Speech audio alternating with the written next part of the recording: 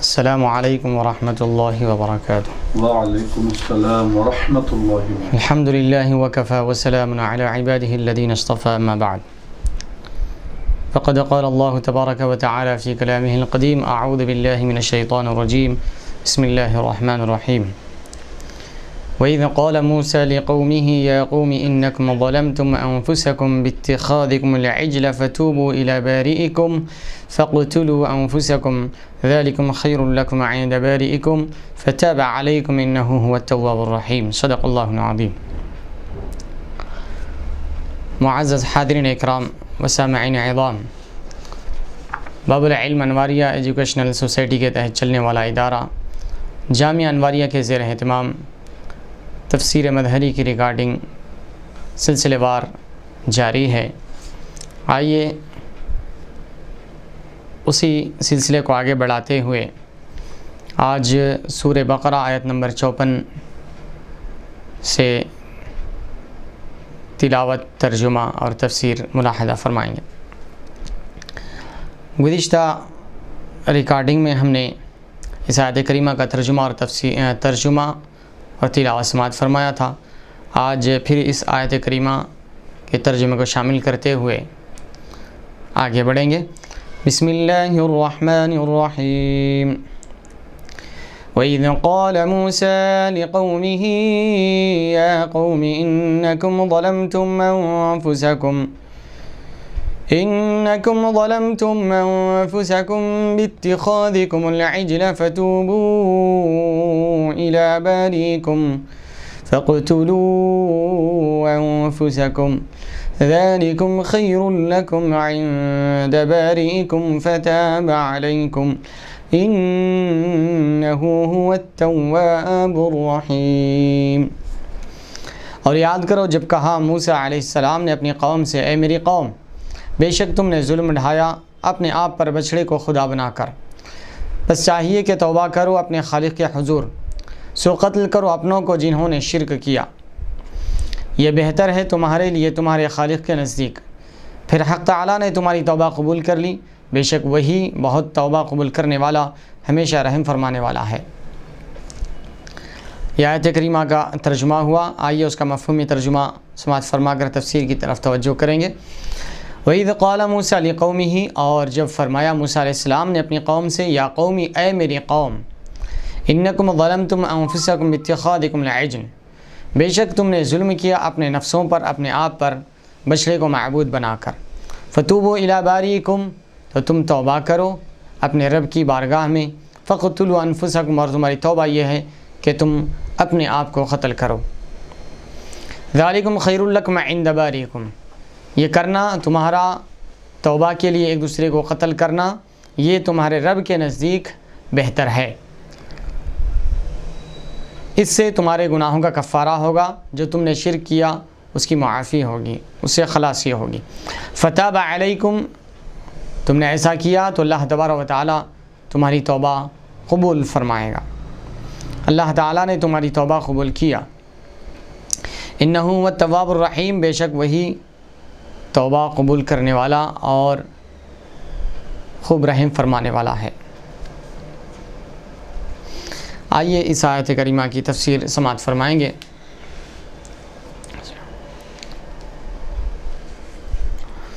موسیٰ علیہ السلام نے اپنی اس قوم کو فرمایا جنہوں نے بچڑے کو معبود بنایا تھا، اے میری قوم، تم نے اپنے آپ کو نقصان پہنچایا ہے بچڑے کو معبود بنا کر، بس اب لوٹو اس کی طرف جس نے تمہیں ہر تفاوت سے مبرہ پیدا فرمایا۔ تفاوت یعنی کسی چیز میں کمی بیشی کا رہ جانا، کمی زیادتی سے اللہ تعالیٰ نے تمہیں مبرہ یعنی پاکیزہ بنایا۔ تمہارے دونوں ہاتھ برابر ہیں، تمہارے دونوں پیر برابر ہیں۔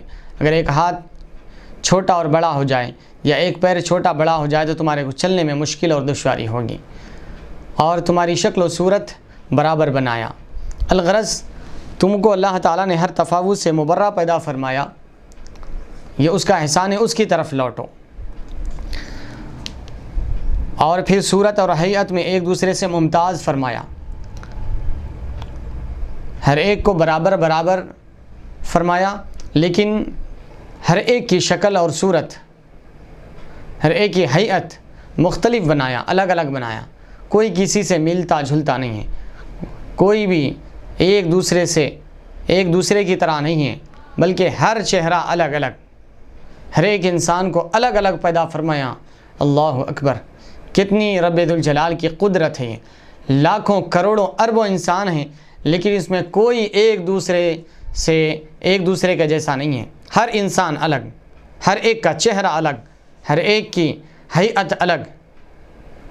اسی لیے محققین نے انسان کے انگوٹھوں کو پر جب تحقیق کی تو پتہ چلا کہ ہر ایک کے انگوٹھے کے اور انگلیوں کے جو نشان ہیں، جو انگلیوں میں جو لکیریں ہیں، وہ ہر ایک سے مختلف، ہر ایک کی الگ الگ مختلف ہوتی ہے۔ اسی لیے اس کو آئیڈینٹیفائی کرنے کے لیے، اس کو علامت شناخت کے طور پر اس کو حکومتوں میں لازم کیا گیا۔ تو یہ اللہ تعالیٰ کی کیسی قدرت کاملہ ہے کہ لاکھوں کروڑوں اربوں کھربوں انسان ہیں، لیکن ہر انسان ایک دوسرے سے جداگانہ اور مختلف اور الگ الگ ہے۔ سبحان اللہ و بحمدہ، سبحان اللہ العظیم، کیا میرے رب کی قدرت ہے۔ ہر ایک دوسرے سے ممتاز فرمایا۔ اب یہاں پر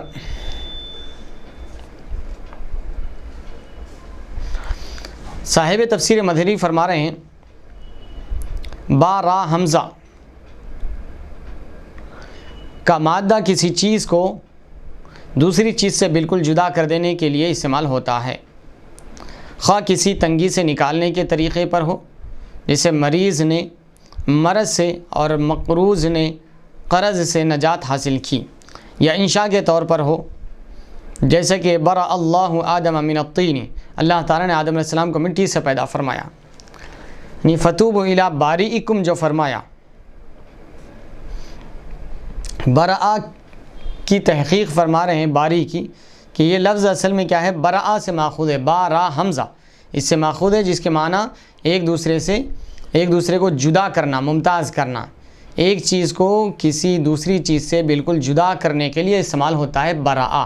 جیسے کہ مریض مرض سے جدا ہوا تو کہا جاتا ہے برأ المریض، مریض صحت یاب ہو گیا، یعنی بیماری سے وہ جدا ہو گیا۔ اسی طریقے سے مقروض قرض سے جدا ہو گیا، تو یہ برآ کے معنی آتے ہیں۔ تو اسی اللہ تبارک و تعالیٰ کو باری کہا جاتا ہے۔ تو یہ وہ ذات ہے جس نے انسان کو ایک دوسرے سے ممتاز کیا، ایک دوسرے سے بالکل علیحدہ کیا، ایک دوسرے کے جیسا نہیں ہے، ہر کوئی انسان مختلف ہے، اس کا چہرہ الگ، اس کی ہیئت الگ، اس کے رنگت الگ، اس کے انگلیوں کے نشان الگ الگ، مختلف۔ تو یہ باری کی تحقیق صاحب تفسیر نے یہاں پر تحریر فرمایا۔ اور ایک دوسرا معنی یہاں پر صاحب تفسیر نے یہ بھی بیان فرمایا کہ انشاء کے طور پر بھی ہے، برأ اللہ آدم من الطین، یعنی اللہ تعالیٰ نے آدم علیہ السلام کو مٹی سے پیدا فرمایا۔ برآ کے ایک معنی انشاء، یعنی پیدا کرنا کسی چیز کو، کسی چیز کی تخلیق کرنا، کسی چیز کو کریٹیو کرنا، یعنی بنانا، پیدا کرنا۔ اب یہاں پر اختلافات جو قراءت میں قراء اکرام کے درمیان ہے اس کو بیان فرما رہے ہیں۔ قراءت ابو عمر نے دونوں حرفوں میں اور یأمرکم اور یأمرہم اور ینصرکم اور یشعرکم کے اعراب کی حرکت کو اختلاس کے ساتھ پڑھا ہے۔ بعض نے فرمایا انہوں نے ساکن کر کے پڑھا ہے۔ اسی طرح حمزہ ان کے مذہب کے مطابق یا سے بدل جائے گا۔ باقی قرآن مکمل حرکت کے ساتھ پڑھا ہے۔ الکسائی نے باریئکم میں دونوں جگہ امالہ کیا ہے۔ الباری جس کا معنی المصور تصویر بنانے والا ہے، سارعو یسارعون اور یسارعو جہاں بھی آیا ہے، اور والجاری کو دو مقامات پر اور جبارین کو دو مقامات پر، الجواری کو سورہ شعراء میں، رحمان اور کبرت میں، من انصاری الی اللہ کو دونوں جگہ میں، کمشکات ان کو سورہ نور میں امالہ کے ساتھ پڑھا ہے۔ اور ورش نے الجاری اور الجبارین کو بین بین پڑھا ہے۔ یہ اختلاس، بین بین، امالہ، یہ قراءت کے اصطلاحی الفاظ ہے۔ اس کو جو قراءت پڑھنے والے ہیں، صاحب عشرہ، 17 وغیرہ کا علم رکھنے والے حضرات اس کو اچھی طریقے سے جانتے ہیں۔ یہ عوام کی چیز نہیں ہے۔ اس کے بعد آگے فتوبوا الی بارئکم فاقتلوا انفسکم، اس کی تفسیر ملاحظہ فرمائیں۔ اپنی توبہ کی تکمیل کے لیے بری مجرم کو قتل کرے، یہ بھی جائز ہے۔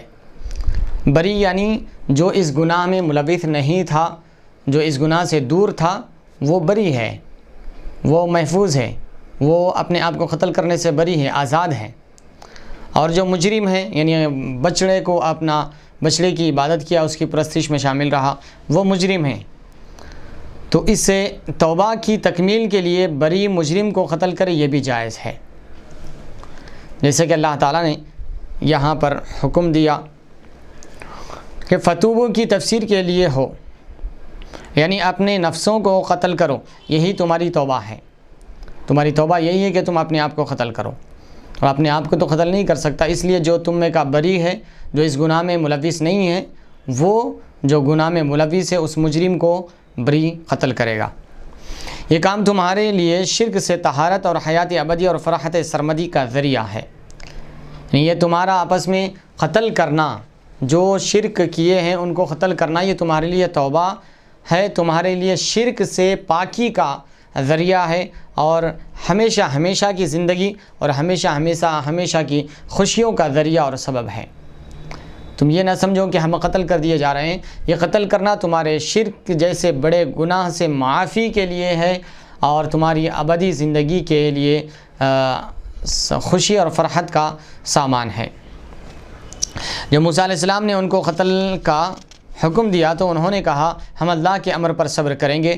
وہ اپنے گھروں کے صحنوں میں چوکڑی مار کر بیٹھ گئے، اور کہا گیا جو کھڑا ہو یا اپنے قاتل کو دیکھا یا اپنے ہاتھ یا پاؤں سے اس کو دور کیا وہ ملعون ہوگا۔ اللہ اکبر۔ اور اس کی توبہ قبول نہ ہوگی۔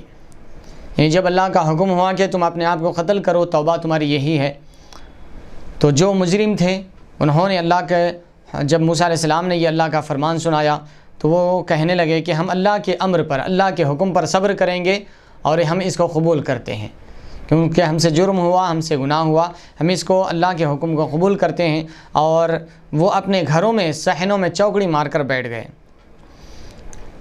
اور فرمایا گیا کہ جو بیٹھا ہوا ہے اگر وہ کھڑا ہو جائے یا قاتل کو دیکھ لے یا اپنے ہاتھ پاؤں کے ذریعے جو قتل کرنے والا ہے اس کو دور کر دیا ہے تو وہ ملعون ہے، اس کی توبہ قبول نہیں ہوگی۔ اس طریقے سے احکامات آئے۔ قوم نے جب ان پر خنجر سونتے تو آگے ہر شخص نے اپنے بیٹے، بھائی، باپ یا قریبی یار یا دوست کو پایا، تو قرابت کے رشتوں کی وجہ سے اللہ تعالیٰ کے حکم پر عمل کرنا ان کے لیے مشکل ہو گیا۔ اب وہ قتل ہونے کے لیے تو تیار ہو گئے، لیکن جب قتل کرنے کی باری آئی تو قتل کرنے والے کون تھے؟ جو ان میں سے بری تھے وہی لوگ قتل کرنے والے تھے۔ اب وہ لوگ تو انہی کے خاندان میں سے تھے، کوئی کسی کا باپ تھا، کوئی کسی کا بھائی تھا، کوئی کسی کا بیٹا تھا، کوئی کسی کا رشتہ دار تھا، کوئی کسی کا دوست تھا۔ الغرض اپنوں ہی کو قتل کر رہے تھے، تو اس لیے ہر دونوں کے لیے مشکل ہو گیا تھا، کہ قتل کرنے والوں کے لیے بھی مشکل تھا، قتل ہونے والوں کے لیے بھی مشکل تھا، کیونکہ قتل کرنے والا بھی دیکھ رہا ہے کہ میرا باپ قتل ہو رہا ہے، میں کیسے باپ کو قتل کروں؟ قتل ہونے والا بیٹا، اگر وہاں بیٹا ہے تو وہ یہ دیکھ رہا ہے کہ میرے باپ کی شفقت کی مثالیں دی جاتی ہیں، انسانیت میں محبت کی مثالیں دی جاتی ہیں، آج وہی باپ مجھے بیٹے کو قتل کر رہا ہے۔ تو یہ محبتیں حائل آ گئی، یہ رشتہ داریاں، یہ قربتیں، یہ دوستیاں اللہ کے حکم پر عمل کرنے کے لیے ذرا مشکل اور دشوار بن گئیں۔ تو جو مجرم تھے اور جو لوگ تھے انہوں نے موسیٰ علیہ السلام کی بارگاہ میں معروضہ کیا کہ ہماری محبتیں، ہماری رشتہ داریاں، ہماری قربتیں، ہماری دوستیاں، ہماری یاریاں، اس حکم پر عمل کرنے کے لیے مشکل پیش آ رہی ہے، کچھ ہمارے اور قاتل اور مقتول کے درمیان کوئی پردے کا انتظام کیا جائے، کوئی ایسی چیز کہ قتل کرنے والا یا مقتول قتل ہونے والا قاتل کو نہ دیکھ سکے، کیونکہ جب قتل کرنے والا مقتول اور مقتول ایک دوسرے کو جب دیکھتے ہیں تو اگر رشتہ داری ہو یا دوست ہو یا اولاد ہو تو ایک فطری طور پر دل میں محبت کا تقاضا ابھر کر آ جاتا ہے۔ تو انہوں نے موسیٰ علیہ السلام کی بارگاہ میں عرض کیا کہ حضور ہم یہ حکم کیسے بجا لائیں، یہ تو بہت دشوار نظر آ رہا ہے۔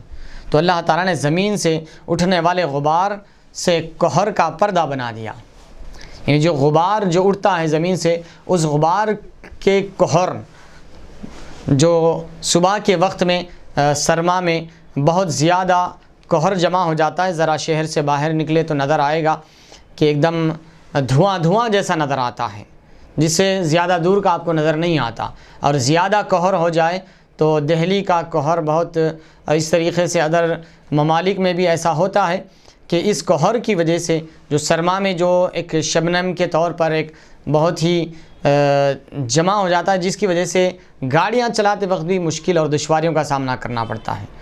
گاڑی روڈ پر چلاتے وقت وہ کوہر کی وجہ سے آگے کون ہے نظر نہیں آتا۔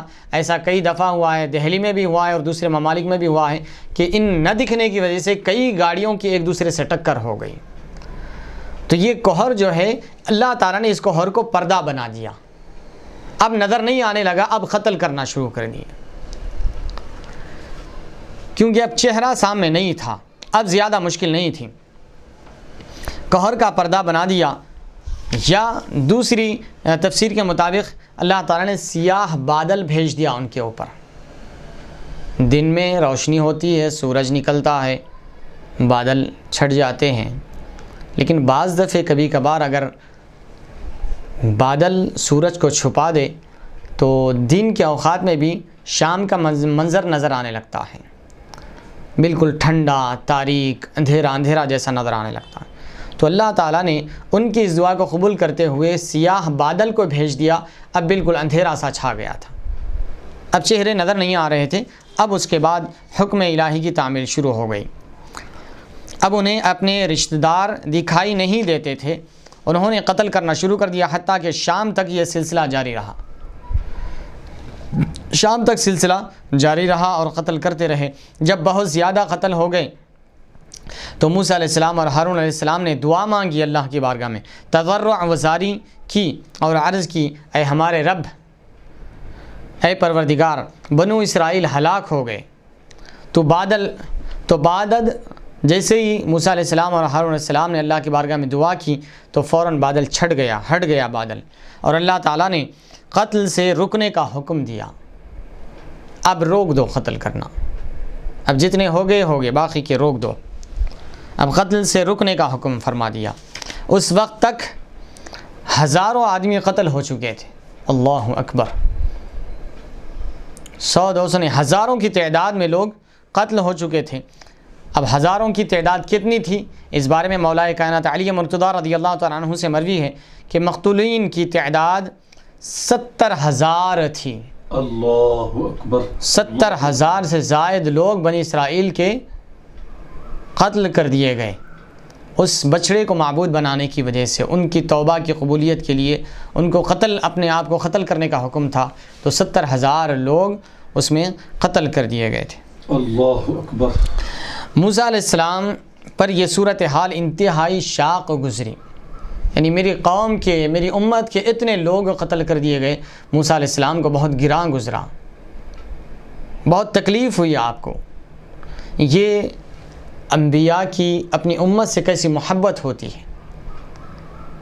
کل کے درس میں ہم نے یہ بھی شامل کیا تھا اس چیز کو بھی کہ موسیٰ علیہ السلام نے اپنی قوم سے فرمایا تھا، یا قومی، اے میری قوم، جبکہ وہ قوم شرک میں مبتلا ہو گئی تھی، وہ قوم نافرمانی کر چکی تھی، وہ قوم توحید سے ہٹ چکی تھی، بچڑے کو اپنا معبود بنا لی تھی، بچڑے کی پرستش کر رہی تھی، لیکن کیسی محبت ہے، کیسی شفقت ہے، ایک باپ سے زیادہ محبت انبیاء کی اپنی امتوں پر ہوتی ہے۔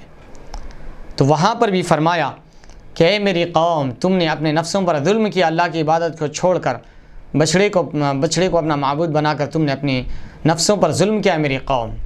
جبکہ اگر کوئی بیٹا اپنی اولاد نافرمانی کرتی ہے تو ہم اپنی زندگیوں میں بعض دفعہ ایسا دیکھتے ہیں کہ باپ اپنی اولاد سے کہتا ہے کہ جا، آج سے تو میری اولاد نہیں ہے، کیونکہ تم نے ایسی ہی غلط اور گھناؤنی حرکت کیا، تو نے میری بات نہیں سنا، جا تو آج سے میری اولاد نہیں ہے۔ یہ ہم دیکھتے ہیں۔ لیکن ماں باپ کو بھی پیغمبروں جیسی محبت اور شفقت اولاد کے ساتھ کرنا چاہیے۔ یقیناً انسان سے اگر غلطی ہو، گناہ ہو، تو اس کی غلطی کو محبت اور شفقت سے ختم کیا جا سکتا ہے۔ یہ انبیاء اکرام علیہ الصلوۃ والسلام کی تعلیم ہے، یہ ان کی محبتیں ہیں۔ اتنا ظلم کرنے کے باوجود موسیٰ علیہ السلام فرما رہے ہیں وَإِذْ قَالَ مُوسَىٰ لِقَوْمِهِ يَا قَوْمِ، اور یاد کرو جب موسیٰ علیہ السلام نے اپنی قوم سے فرمایا تھا اے میری قوم۔ یہاں پر یہ بھی اللہ تعالیٰ فرما سکتا تھا وَإِذْ قَالَ مُوسَىٰ لِقَوْمِهِ إِنَّكُمْ ظَلَمْتُمْ أَنفُسَكُمْ، اور یاد کرو جب موسیٰ علیہ السلام نے اپنی قوم سے فرمایا تھا بے شک تم نے اپنے نفسوں پر ظلم کیا، لیکن ایک اور لفظ کا اللہ نے ذکر فرمایا، اپنی قوم سے فرمایا، پھر دوبارہ قوم کا ذکر کیا۔ موسیٰ علیہ السلام نے اپنی قوم سے فرمایا، کیا فرمایا؟ اے میری قوم، اے میری امت، اے میرے گروہ، اے میرے ماننے والوں۔ تو پھر یہ تو ہو گیا۔ اس کے باوجود پھر جب اللہ کے حکم کی تعمیل ہوئی اور اس میں 70,000 لوگ شہید کر دیے گئے، قتل کر دیے گئے، تو موسیٰ علیہ السلام پر بہت شاق گزرا، بہت آپ کو تکلیف ہوئی۔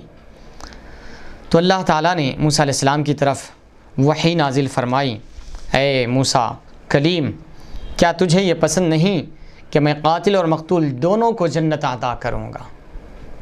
سبحان اللہ، سبحان اللہ۔ جو قتل ہوگا وہ شہید ہوگا، اور جو باقی رہے گا اس کے گناہ کو بخش دیے جائیں گے۔ سبحان اللہ۔ جب اللہ تعالیٰ نے یہ وحی نازل فرمائی تو موسیٰ علیہ السلام کو اطمینان ہوا کہ میری امت کے لوگ جو قتل ہوئے اللہ تعالیٰ ان کو شہادت کا درجہ عطا فرما رہا ہے، اور جو قاتل ہیں ان کے اللہ تعالیٰ گناہوں کو معاف فرما رہا ہے۔ تو یہ انبیاء اکرام علیہ الصلوۃ والسلام کی امتوں کے ساتھ محبت ہے، شفقت ہے۔ یہاں پر علماء کے لیے بھی ہر بڑوں کے لیے ایک درس یہ بھی ملتا ہے کہ گناہ گاروں سے محبت کی جائے، گناہوں سے نفرت کی جائے۔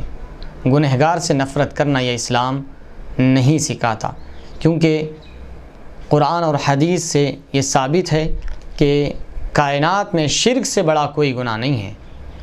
اور یہ بنی اسرائیل کو جو قتل کیا گیا تھا، 70,000 لوگ قتل کر دیے گئے تھے، یہ شرک گناہ کرنے کی وجہ سے انہیں قتل کیا گیا تھا۔ لیکن پیغمبر کی دعا اور محبت اور اللہ کی بارگاہ میں دعا نے ان کو شہادت کا درجہ دیا اور ان کی توبہ قبول فرما لی۔ سبحان اللہ، سبحان اللہ۔ تو اگر چاہتے تو ان سب کو غارت کر دیا جاتا تھا، لیکن اللہ تعالیٰ نے ان پر رحم فرمایا۔ موسیٰ علیہ السلام نے ان کے حق میں دعا فرمائی اور اللہ تعالیٰ نے انہیں معاف فرما دیا اور شہادت کے درجے سے نوازا۔ تو علماء کو بھی چاہیے کہ گنہگاروں پر سختی کرنے کے ساتھ ساتھ محبت اور نرمی اور شفقت کا برتاؤ بھی کیا جائے، کیونکہ ایسا ہی نہ ہو کہ ہماری سخت لہجے کی وجہ سے گناہگار ہم سے دور ہو جائے اور وہ پھر گناہوں میں ہی ملوث ہوتا رہے۔ اگر ہم اس سے پیار اور شفقت اور محبت کے ساتھ پیش آئیں تو امید ہے اللہ کی ذات سے ہماری محبت اور شفقت سے وہ گناہ سے دور ہو سکتا ہے، کیونکہ اللہ کا حکم بھی یہی ہے، ادعو الی سبیل ربک بالحکمت والموعظۃ الحسنہ، اللہ کے راستے کی طرف لوگوں کو بلاؤ حکمت اور اچھی نصیحت سے۔ اور حضور کے صفات بھی یہی ہے کہ حضور کے بارے میں اللہ تعالیٰ ارشاد فرما رہے ہیں وَلَوْ كُنْتَ فَظًّا غَلِيظَ الْقَلْبِ لَانفَضُّوا مِنْ حَوْلِكَ، اے حبیب اگر آپ سخت مزاج ہوتے، سخت لہجے والے ہوتے، سخت دل ہوتے، تو یہ جو ارد گرد آپ کے اطراف و اکناف میں جو لوگ بیٹھے ہوئے یہ آپ کے بھی کبھی بھی اطراف و اکناف میں نہیں آتے۔ سخت مزاج اگر ہوتے تو یہ سارے لوگ آپ کے پاس سے چھٹ جاتے، دور ہو جاتے، کوئی بھی آپ کے قریب نہیں آتا۔ تو حضور کا بھی یہی معاملہ تھا، حضور کی عادت شریفہ، عادت کریمہ، حضور کا اسوہ بھی یہی تھا کہ چاہے نیکوکار ہو کہ گنہگار، ہر ایک کے ساتھ پیار اور شفقت اور محبت کا برتاؤ کیا جائے۔ پھر آگے کی تفسیر ملاحظہ فرمائیں گے، ذالکم خیر لکم عند بارئکم، اس نے تم سے درگزر فرمایا، یہ محذوف کلام کے متعلق ہے۔ اگر یہ موسیٰ علیہ السلام کا کلام ہو تو تقدیر عبارت اس طرح ہوگی، ان فعلتم القتل فقد تاب اللہ علیکم۔ فتاب علیکم کی تفسیر فرما رہے ہیں کہ اللہ نے تمہاری توبہ قبول کی، تو اس کی تقدیری عبارت اگر موسیٰ علیہ السلام کا کلام ہو تو تقدیری عبارت یہ ہوگی، اگر تم ایسا کرو گے، یعنی ایسا قتل کرو گے آپس میں ایک دوسرے میں، تو ضرور اللہ تعالیٰ تمہاری توبہ قبول کرے گا۔ تحقیق کہ اللہ تعالیٰ نے تمہاری توبہ قبول کر لیا ہے، یعنی اگر تم قتل کرو گے تو اللہ تعالیٰ تم پر نظر کرم فرمائے گا۔ اور اگر یہ موسیٰ علیہ السلام کا کلام نہ ہو تو غیبت سے خطاب کی طرف التفات کے طریقے پر تقدیری عبارت اس طرح ہوگی، یعنی اگر یہ موسیٰ علیہ السلام کا کلام نہیں مانا گیا، اللہ تعالیٰ کا کلام مانا گیا، تو پھر یہ یعنی غیب کے صیغے سے خطاب کے صیغے کی طرف توجہ کی گئی، موڑ آ گیا، یعنی بات کرتے کرتے غیب کے صیغے سے آبسینٹ کے صیغے سے بات کی جا رہی تھی، اور التفات کر کے پلٹ کے ریٹرن ہو کر اب پریزنٹ کے حاضر کے صیغے سے، خطاب کے صیغے سے استعمال کیا جا رہا ہے۔ تو اس طریقے پر تقدیری عبارت یوں ہوگی، فَفَعَلْتُمْ مَا أُمِرْتُمْ بِهِ فَتَابَ عَلَيْكُمْ، پس تم نے اس چیز کو انجام دیا جس کا تمہیں حکم دیا گیا تھا، تو اللہ نے تمہاری توبہ قبول فرمائی۔ تم نے وہ کیا جو تمہیں حکم دیا گیا تھا، تو اس نے تم پر نظر رحمت فرمائی۔ انہ هو التواب الرحیم، بے شک وہ خوب توبہ قبول کرنے والا اور رحم کرنے والا ہے، اور وہ کثرت سے توبہ قبول کرنے والا یا کثرت سے توبہ کی توفیق عطا فرمانے والا ہے، اور ہمیشہ رحم فرمانے والا ہے۔ آئیے اب آگے کی آیت نمبر 55 سورہ بقرہ کی آیت نمبر 55 کی تفسیر، ترجمہ اور تلاوت سماعت فرمائیں گے۔ بسم اللہ الرحمن الرحیم۔ وَإِذْ قُلْتُمْ يَا مُوسَىٰ لَن نُّؤْمِنَ لَكَ حَتَّىٰ نَرَى اللَّهَ جَهْرَةً فَأَخَذَتْكُمُ الصَّاعِقَةُ وَأَنتُمْ تَنظُرُونَ صدق اللہ العظیم۔ اور یاد کرو جب تم نے کہا، اے موسیٰ ہم ہرگز ایمان نہیں لائیں گے تجھ پر جب تک ہم نہ دیکھ لیں اللہ کو ظاہر، پس اس گستاخی پر عالیہ تم کو بجلی کی کڑک نے اور تم دیکھ رہے تھے۔ آئیے اس کا مفہومی ترجمہ سماعت فرما کر تفسیر سماعت فرمائیں گے۔ وَإِذْ قُلْتُمْ يَا مُوسَىٰ، اور یاد کرو جب تم نے کہا اے موسیٰ علیہ السلام، لَن نُّؤْمِنَ لَكَ حَتَّىٰ نَرَى اللَّهَ، ہم تم پر ہرگز ایمان نہیں لائیں گے، حَتَّىٰ نَرَى اللَّهَ جَهْرَةً، یہاں تک کہ ہم اللہ کو علانیہ طور پر نہ دیکھ لیں، اس وقت تک ہم تم پر ایمان نہیں لائیں گے۔ فَأَخَذَتْكُمُ الصَّاعِقَةُ، تو تم کو بجلی کی کڑک نے پکڑ لیا، بجلی کی کڑک نے تم کو پکڑ لیا، وَأَنْتُمْ تَنْظُرُونَ، اور تم دیکھ رہے تھے، یعنی تمہاری جب تم پر بجلی کی کڑک اتری تو تم اس کو دیکھ رہے تھے، ایسی حالت میں تم پر عذاب آیا۔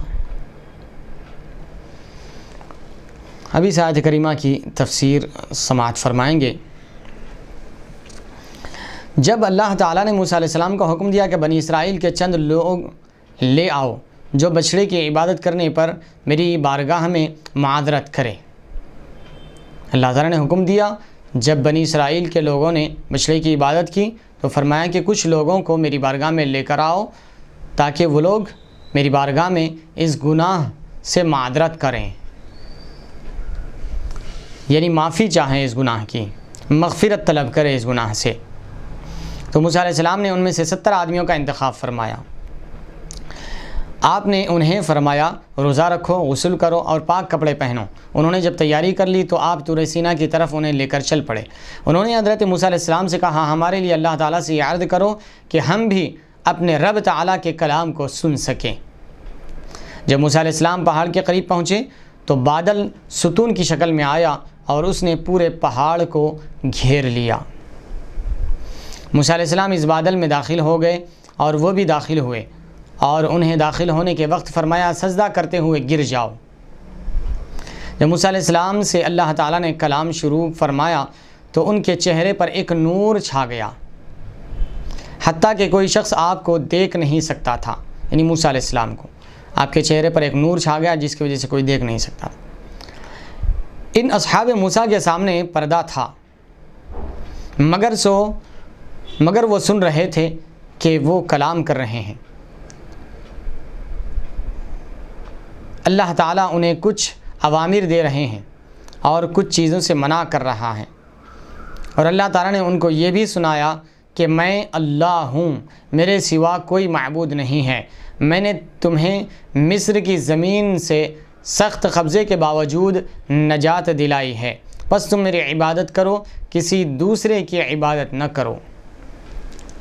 جب موسیٰ علیہ السلام کلام سے فارغ ہوئے تو بادل چھٹ گیا، آپ ان کی طرف متوجہ ہوئے تو وہ کہنے لگے اے موسیٰ، ہم تمہاری بات کی وجہ سے ایمان نہیں لائیں گے، یا ہم ہرگز اقرار نہیں کریں گے کہ اللہ تعالیٰ نے تمہیں تورات عطا فرمائی ہے یا تم سے کلام فرمایا ہے یا آپ نبی ہیں، یہاں تک کہ ہم اللہ تعالیٰ کو عیاں دیکھ لیں۔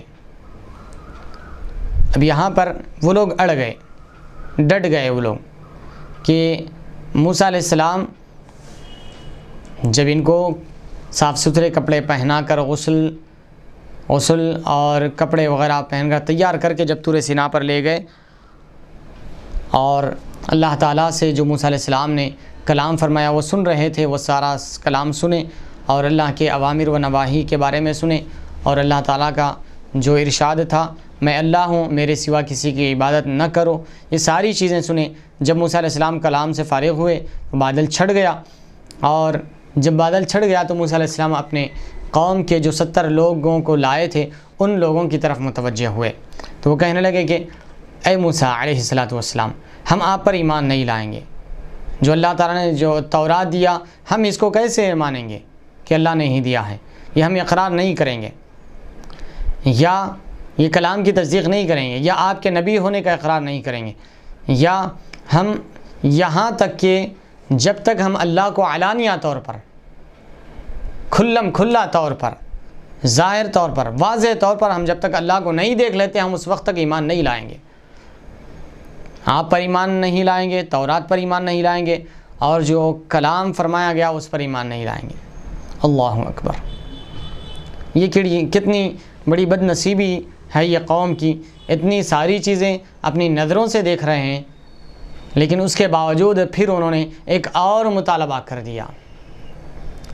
پہلے کلام سننے کا مطالبہ تھا، پورا کیا گیا، اب اللہ کو دیکھنے کا مطالبہ کر دیا انہوں نے، علانیہ طور پر، ظاہر طور پر، واضح طور پر، بالکل سروں کی آنکھوں سے اللہ تعالیٰ کو دیکھنے کا مطالبہ کر دیا۔ جہارتاً اصل میں جہارتو بالقراءتی کا مصدر ہے، استعارتاً معینہ کے لیے بھی استعمال ہوا ہے، اور اس پر نصب مصدر ہونے کی وجہ سے کیونکہ یہ رویت کی ایک ہی نوع ہے، یا یہ ضمیر فاعل سے حال ہے یا اس میں جلالت سے حال ہے۔ فَأَخَذَتْكُمُ الصَّاعِقَةُ وَأَنْتُمْ تَنظُرُونَ، جب انہوں نے یہ مطالبہ کر دیا تو اللہ تعالیٰ نے ان پر موت طاری کر دی۔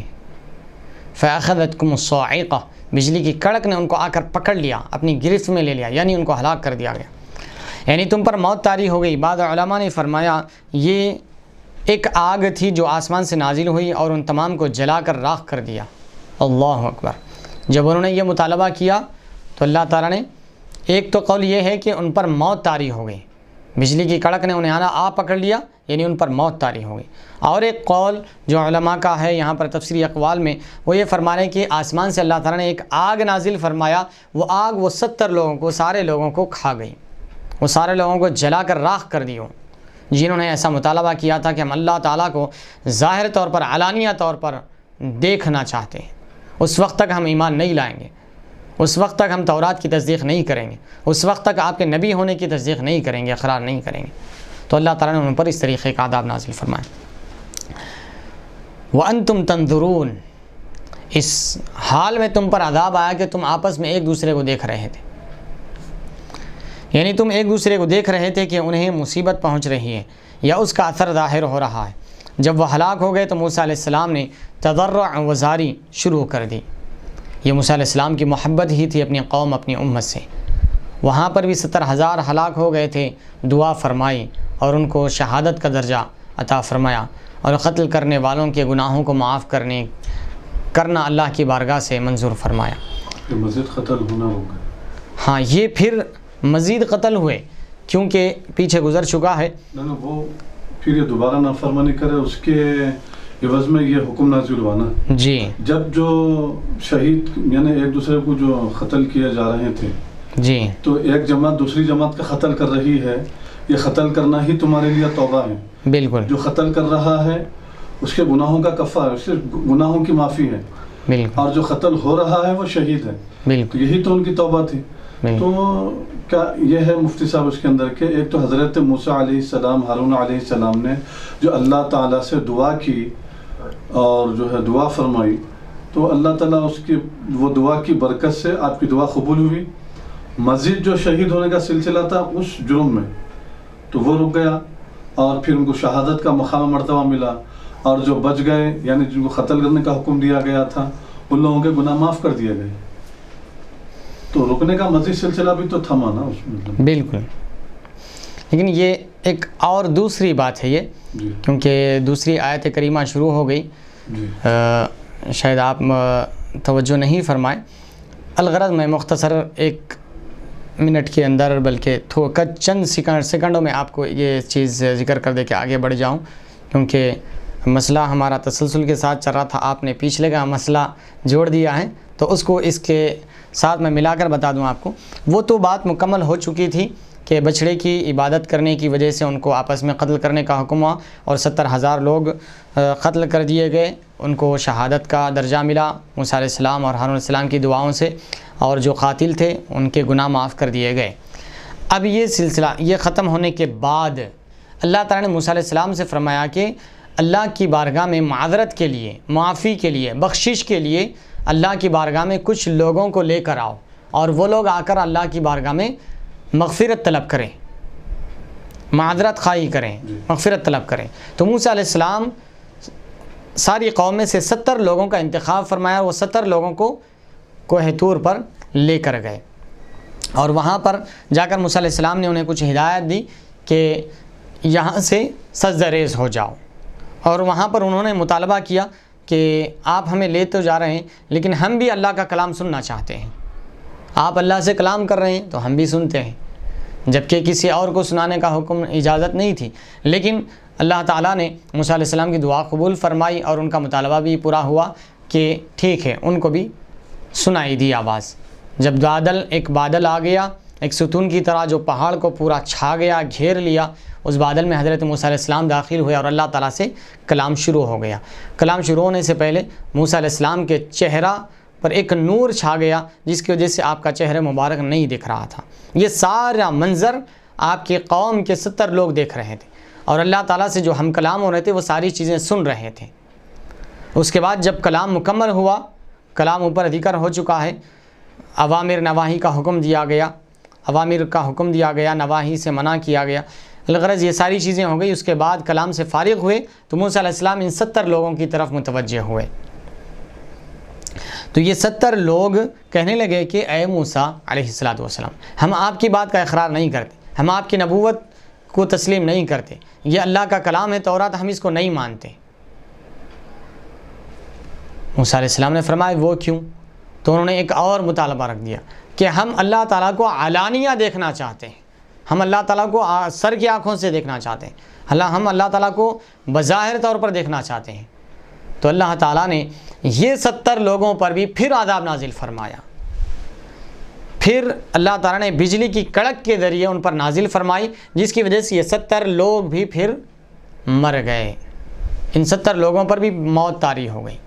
ان کو بلایا گیا تھا مغفرت طلب کرنے کے لیے، معذرت خواہی کے لیے، لیکن انہوں نے ایک مطالبہ کیا، وہ پورا کیا گیا، پھر ایک اور مطالبہ کر دیا گیا، تو اس مطالبے پر اللہ تعالیٰ کا عتاب نازل ہوا اور ان پر بھی سب پر موت طاری ہو گئی، ان 70 لوگوں پر بھی موت طاری ہو گئی۔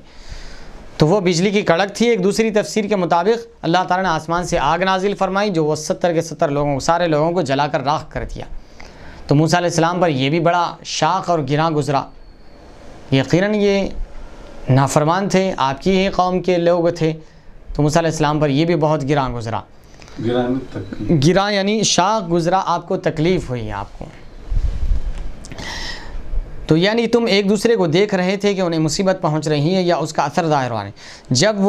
جب وہ ہلاک ہو گئے تو موسیٰ علیہ السلام نے پھر اللہ کی بارگاہ میں گریہ وزاری کی، یعنی زار و خطار رو کر اللہ تعالیٰ کی بارگاہ میں دعائیں شروع کر دی اور کہا اے اللہ میں بنی اسرائیل سے کیا کہوں گا، اب یہ 70 لوگوں کو چن کر لایا تھا تیری بارگاہ میں، اب جب میں اکیلا جاؤں گا یہ لوگ نہیں رہیں گے تو بنی اسرائیل کو کیا جواب دوں گا، میں ساری میری قوم کو کیا کہوں گا۔ تو نے ان کے نیک لوگ ہلاک کر دیے ہیں، یعنی یہ نیک لوگوں کا، اچھے لوگوں کا انتخاب کر کے لایا تھا میں، اب یہ نیک لوگ ہی ہلاک کر دیا ہے بار اللہ تو نے، تو پھر میں ان کو جا کر کیا جواب دوں۔ اللہ تعالیٰ نے یہ ارشاد فرمایا جس کو قرآن مجید میں اللہ تعالیٰ نے ذکر فرمایا، لو شئت اہلکتہم من قبل وإیائی اتہلکنا بما فعل السفہاء منا۔ یہ پیاروں کی بات ہوتی ہے، یہ پیارے جب پیار بھری بات کرتے ہیں تو ایسی ہی کرتے ہیں، یہ ہمارے اور آپ کے بس کی بات نہیں ہے۔ ہر عام انسان کے لیے یہ حق نہیں ہے کہ وہ اللہ تعالیٰ سے ایسا کلام کریں۔ موسیٰ علیہ السلام اللہ کے کلیم ہیں، وہ کیسے فرما رہے ہیں، لو شئت اہلکتہم من قبل وإیایا، اے باری الہ اگر تو چاہتا تو یہ لوگوں کو پہلے ہی ختم کر دیتا تھا، ہلاک کر دیتا تھا، اور ان سے پہلے میری آنکھوں کے سامنے ان کو ہلاک کرنے کے بجائے ان سے پہلے مجھے قتل کر دیتا، مجھے ہلاک کر دیتا، میری نظروں کے سامنے انہیں ہلاک کیوں کیا، میری قوم کے لوگ ہیں وہ۔ اتہلکنا بما فعل السفہاء منا، اے بارلا کیا ان بے وقوفوں کی حرکت کی وجہ سے، کیا ان نادانوں کی حرکت کی وجہ سے کیا ان کا عذاب ہم کو دے گا، تو اچھے لوگوں کو دے گا؟ یہ لاڑ اور پیار بھرے انداز میں اللہ تعالیٰ سے موسیٰ علیہ السلام عرض گزار ہوئے کہ بارلا ان بے وقوف لوگ جنہوں نے بچڑے کی پوجا کی، ان کی بخشش کے لیے، ان کی مغفرت کے لیے ان نیک لوگوں کو چن کر میں تیری بارگاہ میں لایا، ان کی اس غلط حرکت کی وجہ سے کیا اللہ تو ان کو ہلاک کر دے گا۔ تو اللہ تعالیٰ نے یہ موسیٰ علیہ السلام کی گریہ وزاری اور آپ کی دعا سنی۔ ترجمہ سماعت فرما لیں، اگر تو چاہتا ہے تو ہلاک کر دیتا انہیں اس سے پہلے اور مجھے بھی، کیا تو ہلاک کرتا ہے ہمیں بوجہ اس غلطی کے جو چند احمقوں نے ہم میں سے کی ہے۔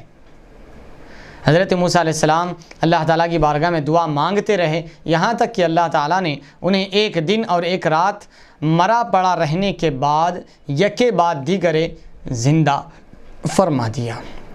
یعنی یہ جو 70 لوگ نیک لوگوں کو جو چن کر لایا تھا، اس مطالبے کی وجہ سے ان پر موت طاری ہو گئی تھی، بجلی کی کڑک کی وجہ سے یا آگ کے جلانے کی وجہ سے۔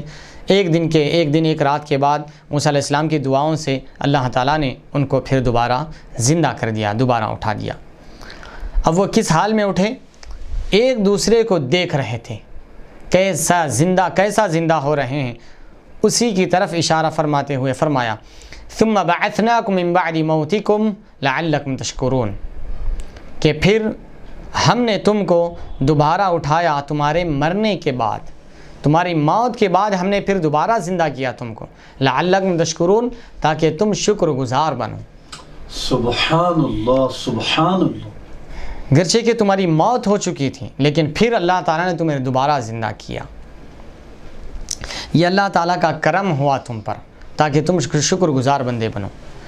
پھر ہم نے جلا اٹھایا تمہیں تمہارے مرنے کے بعد کہ کہیں تم شکر گزار بنو، کہ تاکہ تم شکر گزار بن جاؤ۔ بعث کسے کہتے ہیں اس کی تفسیر فرما رہے ہیں، کسی چیز کو اپنی جگہ سے ابھارنا اور اٹھانا، کسی چیز کو اپنی جگہ سے اٹھانا، ابھارنا، اوپر لے جانا، اس کو بعث کہتے ہیں۔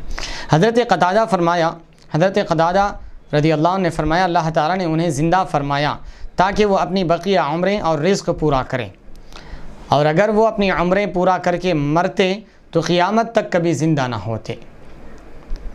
اللہ تعالیٰ نے ان کا رزق اور عمر پورا کرنے کے لیے پھر دوبارہ زندہ کیا انہیں، اور اگر وہ لوگ اپنی عمریں اور رزق پورا کر لیتے تو پھر دوبارہ انہیں قیامت تک نہیں اٹھایا جاتا۔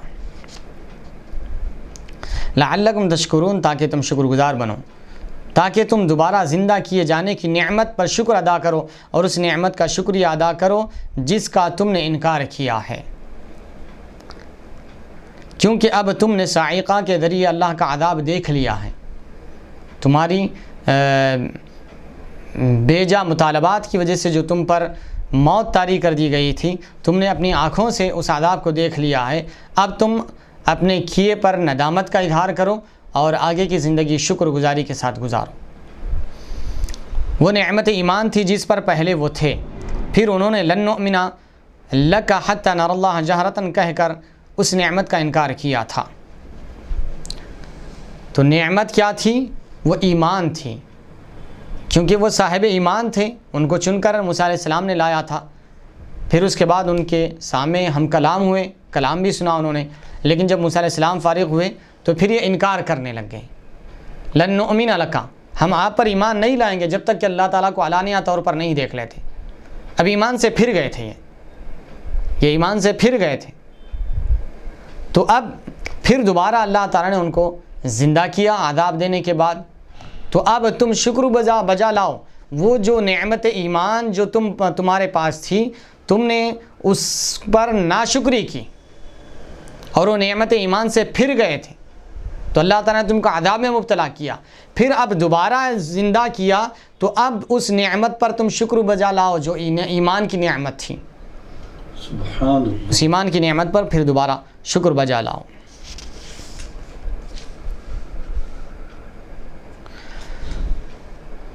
یہ آیت کریمہ۔ اب اس کے بعد سورہ بقرہ کی آیت نمبر 57 کی تفسیر سماعت فرمائیں گے۔ بسم اللہ الرحمن الرحیم۔ وَظَلَّلْنَا عَلَيْكُمُ الْغَمَامَ وَأَنزَلْنَا عَلَيْكُمُ الْمَنَّ وَالسَّلْوَىٰ كُلُوا مِن طَيِّبَاتِ مَا رَزَقْنَاكُمْ وَمَا ظَلَمُونَا وَلَكِن كَانُوا أَنفُسَهُمْ يَظْلِمُونَ۔ صدق اللہ العظیم۔ اور ہم نے سایہ کر دیا تم پر بادل کا اور اتارا تم پر منّا و سلویٰ، کھاؤ پاکیزہ چیزوں سے جو ہم نے تمہیں دے رکھی ہیں، اور انہوں نے ہم پر کوئی زیادتی نہیں کی بلکہ وہ اپنی ہی جانوں پر زیادتی کرتے رہتے تھے۔ انہوں نے ہم پر زیادتی نہیں، انہوں نے ہم پر کوئی زیادتی نہیں کی بلکہ وہ خود اپنی ہی جانوں پر زیادتی کیا کرتے تھے۔ آئیے اس کا مفہومی ترجمہ سماعت فرمائیں، پھر اس کے بعد تفسیر سماعت فرمائیں گے۔ وَظَلَّلْنَا عَلَيْكُمُ الْغَمَامَ، اور ہم نے تم پر سایہ فگن کر دیا بادل کو، یعنی یہ مقام تیہ میں نکل چکے تھے جہاں دھوپ اور سورج کی گرمی اور تمازت بہت زیادہ تھی، جس کی وجہ سے یہ بے چین بے تاب تھے گرمی کی شدت کی وجہ سے۔ تو اللہ تعالیٰ نے اس گرمی سے، اس تپش سے بچانے کے لیے اللہ تعالیٰ نے ان پر بادل کو سایہ فگن کر دیا۔ وَأَنزَلْنَا عَلَيْكُمُ الْمَنَّ وَالسَّلْوَىٰ، اور ہم نے تم پر نازل کیا منّا اور سلویٰ۔ یہ اللہ تعالیٰ کی طرف سے کچھ رزق تھا جو آسمانوں سے ان کے لیے اللہ تبارک و تعالیٰ نے اتارا تھا۔ منّا اور سلویٰ کی تفسیر آئے گی آگے۔ یہ آسمانی رزق تھا، اتنا یاد رکھیں، اور اس میں مختلف اقوال ہے کہ منّا یہ ایک گوند کی طرح چکٹ اور شہد کی طرح یہ لذیذ اور میٹھا تھا، ایک میٹھا گوند کی طرح غذا تھی جو اللہ تعالیٰ ان کے لیے آسمانوں سے نازل فرماتا تھا۔ کلوا من طیبات ما رزقناکم، تم کھاؤ پاکیزہ چیزوں میں سے جو ہم نے تم کو عطا کیا ہے، یعنی آسمان سے جو کچھ رزق نازل کیا اس کو کھاؤ۔ وما ظلمونا ولکن کانوا انفسهم یظلمون، انہوں نے ہم پر کوئی ظلم نہیں کیا، یہ بنی اسرائیل نے ہم پر کوئی ظلم نہیں کیا، ولیکن کانوا انفسهم یظلمون، در حقیقت انہوں نے اپنی ہی جانوں پر، اپنی ہی نفسوں پر ظلم کیا۔ اب یہ ہم پر ظلم نہیں کیا کیوں فرمایا اللہ تعالیٰ، اور وہ اپنی جانوں پر ظلم کیا کیوں فرمایا؟ تو یہ آگے اس کی تفسیر آئے گی، کیونکہ انہوں نے یہ رزق جو انہیں بغیر کسی محنت و مشقت کے اللہ تعالیٰ آسمان سے ان کے لیے رزق کا انتظام فرمایا تھا، غذا کا انتظام فرمایا تھا، انہوں نے اس کو استعمال کرنے کے بجائے دوسرے رزق کا مطالبہ کر دیا، دوسرے رزق کا مطالبہ کر دیا، اور پھر جو رزق نازل کیا جا رہا تھا اس میں کچھ ہدایات تھی، کچھ احکامات تھے، اس کا پاس و لحاظ رکھنا تھا، لیکن اس کا پاس و لحاظ بھی انہوں نے نہیں رکھا، جس کی وجہ سے وہ رزق چھن گیا، آسمانی رزق ان پر بند ہو گیا۔ تو اس لیے فرمایا کہ ہم نے ان پر ظلم نہیں کیا، انہوں نے اپنے آپ پر ہی ظلم کیا۔ تو آئیے اب تفسیر سماعت فرمائیں۔ الغمام وظللنا علیکم الغمام کی تفسیر فرمائیں۔ الغمام غمن سے مشتق ہے، جس کے معنی ڈھانپنا، مشتق یعنی نکلا ہوا ہے، یہ لفظ بنا ہوا ہے، جس کے معنی ہے ڈھانپنا، یعنی کسی چیز کو چھپا دینا۔ غم کو غم اس لیے بھی کہا جاتا ہے، یہ دل میں چھپا ہوا رہتا ہے۔ سورج کی تمازت اور دھوپ سے جو چیز محفوظ کر لے اسے غمام کہتے ہیں، یعنی سورج کی جو تپش، تمازت، گرمی جو ہوتی ہے، اس چیز سے جو چیز اس چیز سے محفوظ کر لیتی ہے اس کو غمام کہتے ہیں۔ یعنی بادل جو سورج اور انسانوں کے درمیان، زمین والوں کے درمیان جو چیز حائل ہو جاتی ہے اور دھوپ کی تمازت اور گرمی سے بیچ میں اس کو روک دیتی ہے، تو اس کو غمام یعنی بادل کہا جاتا ہے۔ جب سورج کی تپش سے بچنے کے لیے کوئی چیز موجود نہ تھی تو انہوں نے موسیٰ علیہ السلام سے شکایت کی، کیونکہ میدان ہی میدان، جنگل ہی جنگل، صحرا ہی صحرا تھا۔ اب وہاں پر انہیں کوئی چھپنے کے لیے نہ کوئی گھر، اور سر ڈھانکنے کے لیے نہ کوئی چھت تھا، اور دھوپ زیادہ تھی، جس کی وجہ سے انہوں نے موسیٰ علیہ السلام کی بارگاہ میں شکایت کی۔ تو اللہ تعالیٰ نے ایک سفید باریک بادل بھیج دیا جو بارش کے بادل سے صاف تھا۔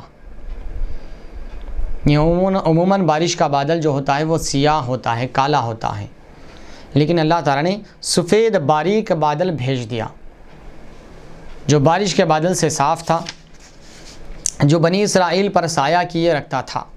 رات کو اگر چاند نہ ہوتا تو اللہ تعالیٰ ان کے لیے ایک نور کا ستون بھیجتا جس سے وہ روشنی حاصل کرتے تھے۔ اللہ اکبر۔ یہ اتنی نعمتیں اللہ تعالیٰ نے بنی اسرائیل پر فرمایا، پھر بھی وہ قوم ناشکری ہی رہی، پھر بھی مطالبات پر مطالبات کرتی رہی۔ اس کے بعد صاحب تفسیر فرما رہے ہیں، اور اتارا ہم نے تم پر منا اور سلوا۔ منا سلوا کی تفسیر سماعت فرمائیں۔ ہم نے صحرائے تیہ میں، یہ ایک مقام کا نام ہے، ہم نے صحرائے تین میں تم پر ترنجبین نازل فرمایا، یہ ایک پھل کا نام ہے۔ آگے اس کی تفسیر، اس کی وضاحت آ رہی ہے۔ بعض علماء نے منا سے نرم روٹیاں مراد لی ہیں، یعنی آسمان سے ان کے لیے نرم روٹیاں نازل ہوتی تھیں، لیکن اکثر علماء نے ترنجبین لکھا ہے۔ مجاہد فرماتے ہیں کہ یہ گوند کی مانند کوئی چیز تھی، یہ ترنجبین جو ہے گوند کی مانند کوئی چیز تھی جو میٹھی اور لذیذ تھی، شہد کی طرح میٹھی تھی، جو درختوں پر گرتی تھی۔ یعنی یہ جو چیز ہے ترنجبین جو ہے درختوں پر گرتی تھی، اس کا ذائقہ شہد جیسا تھا۔ موسیٰ علیہ السلام سے کہنے لگے ہمیں تو اس ترنجبین کی مٹھاس نے مار دیا ہے، دعا فرمائیے اپنے رب سے کہ ہمیں گوشت کھلائیں، یہ مٹھاس نے ہمیں مار دیا ہے، یعنی میٹھا کھا کھا کر ہم بیزار آ چکے ہیں۔ کوئی اور غذا، اور اس کا غذا کا بھی ذکر کر دیا انہوں نے، ہمیں گوشت کھلانے کے لیے اللہ تعالیٰ سے دعا فرمائیے، آسمان سے گوشت نازل فرمائیں۔ تو اللہ تعالیٰ نے سلوا نازل فرمایا، یہ ایک پرندہ ہے جو تیتر بٹر سے کچھ اس کے برابر یا اس سے کچھ بڑا ہوتا ہے۔ بعض علماء نے فرمایا اللہ تعالیٰ ایک بادل بھیجتا جو آسمانی پرندوں کی بارش برساتا، 1 میل چوڑائی میں اور 1 نیزہ آسمان کی طرف لمبائی میں، وہ تہ در تہ جمع ہو جاتے۔ ایک قول تو یہ ہے کہ منا ایک شہد اور گوند کی طرح چکٹ اور شہد کی طرح ذائقے دار، مزیدار اور میٹھا ہوتا، یہ منا ہے۔ اور بعض علماء کے قول کے مطابق یہ نرم روٹیاں ہوتی آسمان سے نازل کی جاتی، لیکن اکثر علماء کا قول یہی ہے کہ یہ گوند کی مانند کوئی چیز تھی جو اللہ تعالیٰ آسمان سے غذا کے طور پر بنی اسرائیل کے لیے نازل فرماتا تھا۔ اور جب وہ بیزارگی کا اظہار کرنے لگے کہ ہم یہ کھا کر بہت بیزار ہو چکے ہیں، کوئی اور چیز کا انتظام فرمائیں، تو اللہ تعالیٰ سے موسیٰ علیہ السلام نے دعا فرمائی، تو اللہ تعالیٰ نے ایک پرندہ ان کے لیے نازل فرماتا، سلوا، یہ تیتر بٹر سے کچھ بڑا ہوتا ہے یا اس کے اتنا ہوتا ہے۔ ایک قول یہ ہو گیا، اور ایک قول اس بارے میں فرما رہے ہیں کہ بعض علماء نے فرمایا کہ اللہ تعالیٰ ایک بادل بھیجتا جو آسمانی پرندوں کی بارش برساتا،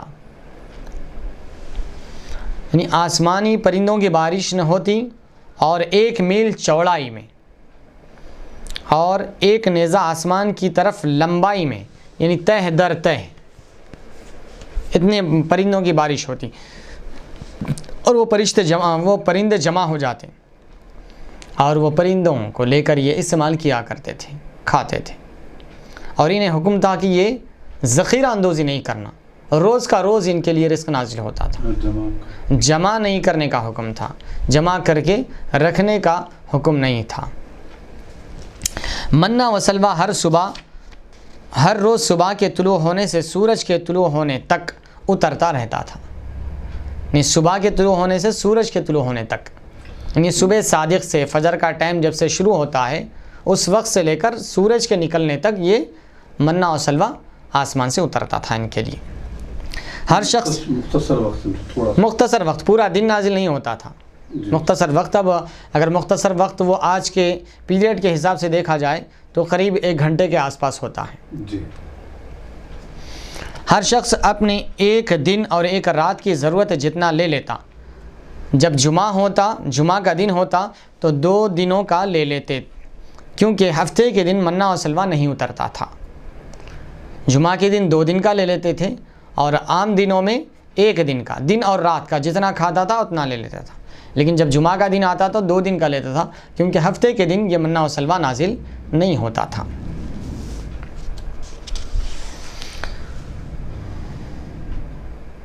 کلوا من طیبات ما رزقناکم،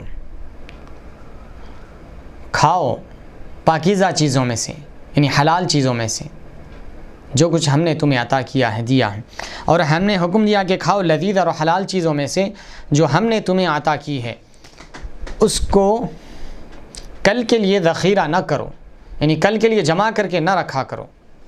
منع کرنے کے باوجود انہوں نے ذخیرہ کیا، یعنی جمع کر کے رکھ لی، کل اترتا یا نہیں اترتا۔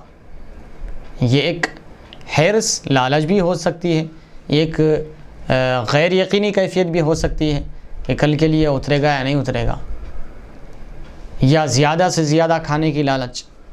الغرض اللہ تعالیٰ نے منع کیا تھا کہ کل کے لیے نہیں رکھنا ہے، جتنا کھا سکتے آج اتنا لے لو، اس سے زیادہ نہیں رکھنا ہے۔ اس منع کرنے کے باوجود انہوں نے جمع کیا، ذخیرہ کیا، تو اللہ تعالیٰ نے وہ نعمت ان سے سلب کر لیا، وہ نعمت ان سے چھین لیا، وہ نعمت ان سے اٹھا لیا، ختم کر لیا، اور جو انہوں نے ذخیرہ کیا تھا، یعنی جو جمع کیا تھا، اسے بھی خراب کر دیا، یعنی اس میں بھی بدبو پیدا ہو گئی، جیسا کہ اب آگے حدیث شریف میں آ رہا ہے کہ ان کے ذخیرہ کرنے کے جب سے ہی کھانے اور سالن اترنا شروع ہو گئے، ان میں بدبو پیدا ہونا شروع ہو گئی، وہ خراب ہونا شروع ہو گئے، یعنی ورنہ اس سے پہلے کھانا سالن اترتا نہیں تھا، وہ خراب نہیں ہوتا تھا، وہ بدبودار نہیں ہوتا تھا، لیکن انہوں نے جب حکم خداوندی کی خلاف ورزی کی تو اللہ تعالیٰ نے اس میں بدبو پیدا کر دی، اس کو اتار دیا، اس کو خراب کر دیا۔ امام احمد اور شیخین نے حضرت ابو ہریرہ رضی اللہ عنہ سے روایت کی ہے کہ رسول اللہ صلی اللہ علیہ وسلم نے فرمایا اگر بنو اسرائیل نہ ہوتے تو کبھی بھی کھانا خراب نہ ہوتا. یعنی یہ ان کی نافرمانی کی وجہ سے، ان کی حرکتوں کی وجہ سے، کیونکہ اللہ تعالیٰ نے ان کو منع کیا تھا ذخیرہ اندوزی سے، جمع کرنے سے، لیکن انہوں نے پھر بھی نافرمانی کرتے ہوئے جمع کیا تو اللہ تعالیٰ نے ان کے جمع کیے ہوئے کھانے کو سب کو خراب کر دیا. اور کبھی گوشت بدبودار نہ ہوتا، گوشت میں بھی بدبو نہیں آتی تھی اگر یہ نہ ہوتے تو حضور نے فرمایا. اور اگر حوا نہ ہوتی تو کوئی عورت اپنے خاوند سے خیانت نہ کرتی. یہ حدیث شریف ہے. الدر المنصور جلد نمبر 1.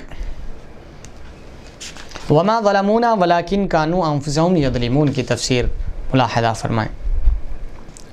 وما ظلمونا، اب یہاں پر اس کی تفسیر اور اس میں کون سے الفاظ پوشیدہ ہے، چھپے ہوئے ہیں، حذف ہے، محذوف ہے، اس کو بیان فرمانے.